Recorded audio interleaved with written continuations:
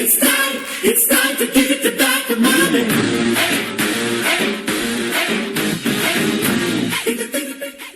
बात पते की कहता हूँ, सुने सभी श्रीमान। रोना धोना पाप है और हास्य पुण्य का काम। वाह हास्य पुण्य का काम उदासी दूर भगाओ जी, रोग सभी हो दूर हास्य का रस पिलाओ जी। वाह क्या कहने हैं। क्षण भंगुर ये मानो जीवन मस्ती से काटो, मनहूसों से बचे रहो और हास्य का हलवा चटो। चटो, क्या बात है भाई, क्या बात। आमंत्रित है सब बूढ़े बच्चे और नर नारी, कवियों की चौपाल प्रतीक्षा करे तुम्हारी। तो यहाँ पधारे सभी श्रोताओं को मेरा हंसी से लोट-पोट होकर प्रणाम। आज के इस हास्य कवि सम्मेलन में आपको सारी चिंता और दुखों से बहुत दूर ले जाएंगे और इतना हंसाएंगे, इतना हंसाएंगे, इतना हंसाएंगे, ऐसा लगेगा किसी ने गैस छोड़ दिए। अरे संचालक महोदय, क्या बोल रहे हो, गैस छोड़ दिए? अरे मतलब लाफिंग गैस। तो ठीक है।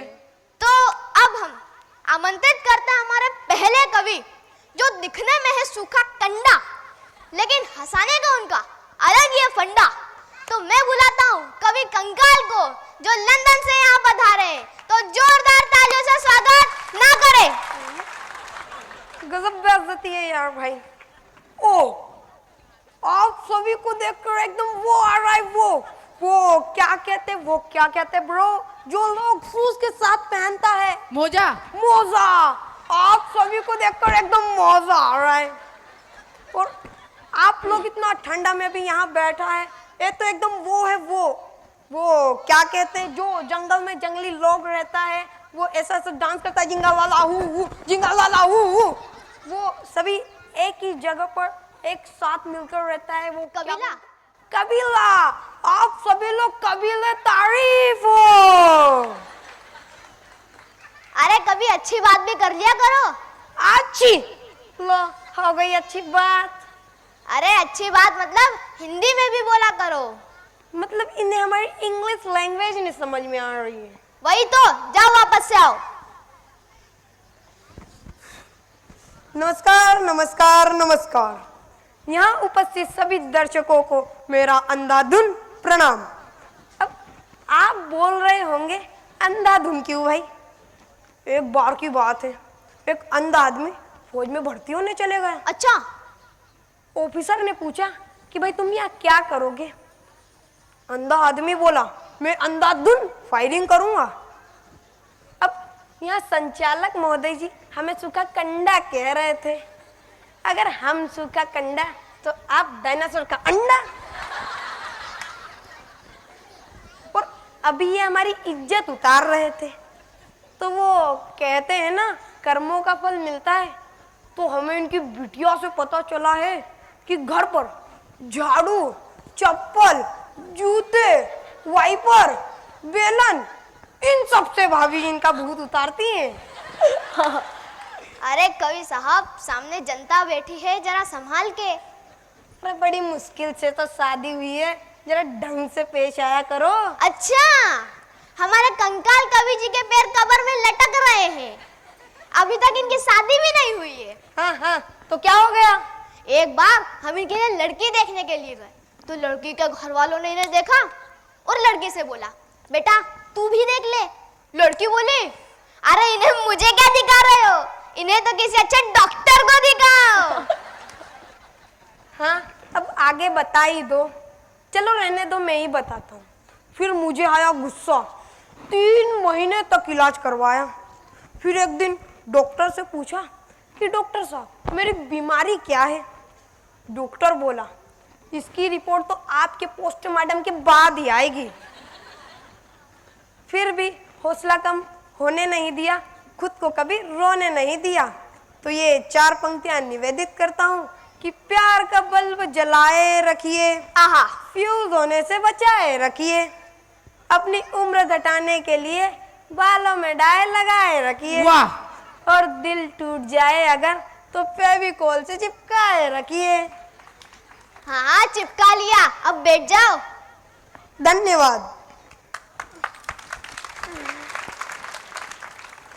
अब मैं आमंत्रित करता हूँ हमारे अगले कवि, जो बेचारे बहुत गरीब है। अगर उनकी रचनाएं आपको अच्छी लगे तो थोड़े बहुत पैसे दान में दे देना। तो मैं बुलाता हूँ कवि गरीबदास को, तो जोरदार तालियों से स्वागत कीजिए। धन्यवाद, नमस्कार। देखिए, मैंने मेरा नाम ऐसे ही नहीं रखा गरीबदास। अच्छा। अब क्या करें, महंगाई इतनी है। ओह, महंगाई राक्षस की तरह मुंह फाड़ती, बिल्कुल एकदम ऐसे। एक दिन पत्नी से बातचीत चल रही थी। ओहो, फिर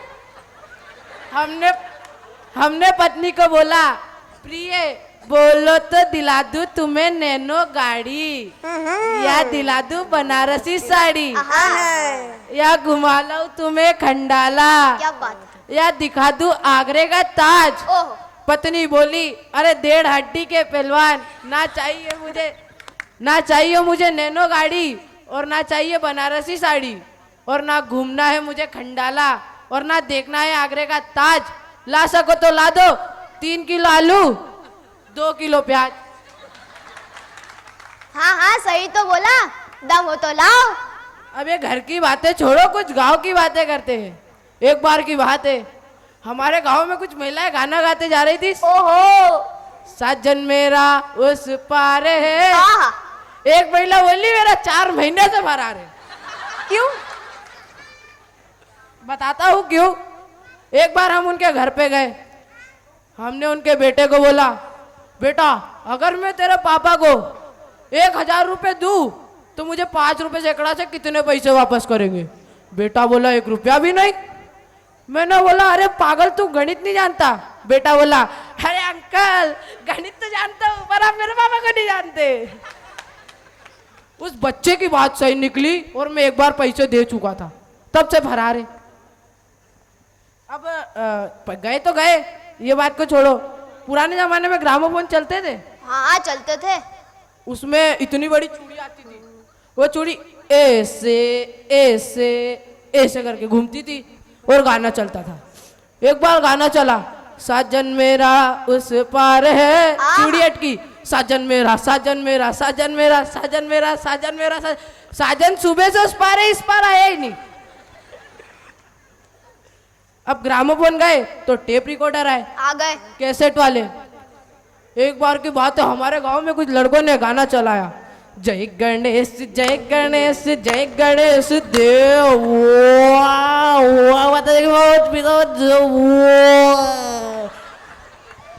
बहुत सीन बनते थे उसमें भी।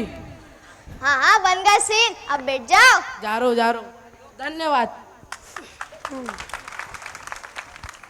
अब मैं आमंत्रित करता हूँ हमारे अगले कवि, जिनको इतनी जल्दी रहती है, इतनी जल्दी रहती है, इतनी जल्दी रहती है, कभी कभी तो पेंट पहनना ही भूल जाते हैं। अरे अरे अरे संचालक महोदय, देख लेना। हाँ हाँ, चेक कर लिया है। तो अब मैं आमंत्रित करता हूँ कवि चिंटू चिंगारी फटाफट को, तो जोरदार तालियों से स्वागत कीजिए। धन्यवाद। नमस्कार नमस्कार नमस्कार। तो देखिए, मेरे पास टाइम की बहुत ज्यादा कमी होती है, तो इसलिए मैं फटाफट सुनाता हूँ। इसलिए मेरा नाम चिंटू चिंगारी फटाफट है। अच्छा। तो एक बार की बात है, मैं अपने दोस्त के घर गया। अरे यही टपकेश्वर जी, इन्हीं के घर। फिर इनके बेटे की नई नई शादी हुई थी। शादी में तो मैं जा नहीं पाया, सोचा जाकर आशीर्वाद दे आता हूँ। मैं गया, राम रामी करी। इन्होंने इनके बहू को बुलाया कि बहू फटाफट 2 कप चाय बना दे। नई बहू थी, कड़क आवाज से डर गई और जल्दी चाय ले आई। मैंने फटाफट चाय पी, मेरा दिमाग फट के बाहर आ गया। दोस्त से पूछा, यार चाय कुछ अजीब सी नहीं लग रही? वो बोला, हाँ यार। बहू को बुलाया, बहू से पूछा, बहू चाय ऐसी क्यों लग रही है? बहू बोली, पिताजी पिताजी जल्दी जल्दी मेरे को चाय छानने नहीं मिली, अपने मोजे से चाय छान रही। क्यों टपकेश्वर जी, स्वाद कैसा आया था? अरे घर की पर्सनल बातें बाहर नहीं बताते, बैठ जाओ चुपचाप। अरे धन्यवाद बोलना भूल गया, धन्यवाद। तो अब मैं आमंत्रित करना चाहूंगा हमारे अगले कवि, जो कि है महाबेसुरा। तो जोरदार तालियों से स्वागत करें। धन्यवाद धन्यवाद धन्यवाद। मैं संचालक श्री टपकेश्वर यहाँ कवि बेसुरे के रूप में उपस्थित हूँ। तो सुनिए मेरी रचनाएं। मैं बचपन से ही गाने का बहुत बड़ा शौकीन हूँ। वाह, एक दिन मैंने एक गाना गाया, उस एक ही गाने पर मुझे 2 मेडल मिले। वाह भाई, वो कैसे? बताते हैं। एक बड़ा मिला, एक छोटा। छोटा गाना शुरू करने के लिए था, आगे तो आप समझ ही गए होंगे। हाँ समझ गए महोदय जी, समझ गए। बड़ा गाना बंद करने के लिए था। जी बिल्कुल सही। फिर भी मैंने हिम्मत नहीं हारी। एक दिन मुझे गाने का शौक चढ़ाया, मैं सेकंड हैंड हारमोनियम ले आया। हफ्ते भर गाया बजाया गाया, पूरे मोहल्ले को सुनाया। वाह। एक दिन मेरा पड़ोसी आया, मेरा दरवाजा खटखटाया, बोला साहब आज रात के लिए आपका हारमोनियम चाहिए। मैंने कहा कोई प्रोग्राम है तो ले जाइए। वो बोला हाँ आज प्रोग्राम है सोने का। अरे अरे अरे टपकेश्वर जी, लोगों को सोने भी दिया करो, क्यों लोगों की नींद हराम करते हो? हाँ हाँ ठीक है। फिर मैंने सोचा मैं कविताएं लिखूंगा, लेकिन मेरे पापा नहीं बोल गए। बोले मैं देश की सेवा करना चाहता हूँ, इसलिए तू जाकर कल सेना में भर्ती हो जा। बहुत बड़े देशभक्त यार तुम्हारे पिताजी तो। फिर मेरा तो बिल्कुल मन ही नहीं था। फिर भी मैं अगले दिन गया तो वहां एक ऑफिसर मेरी आंखों का टेस्ट ले रहा था।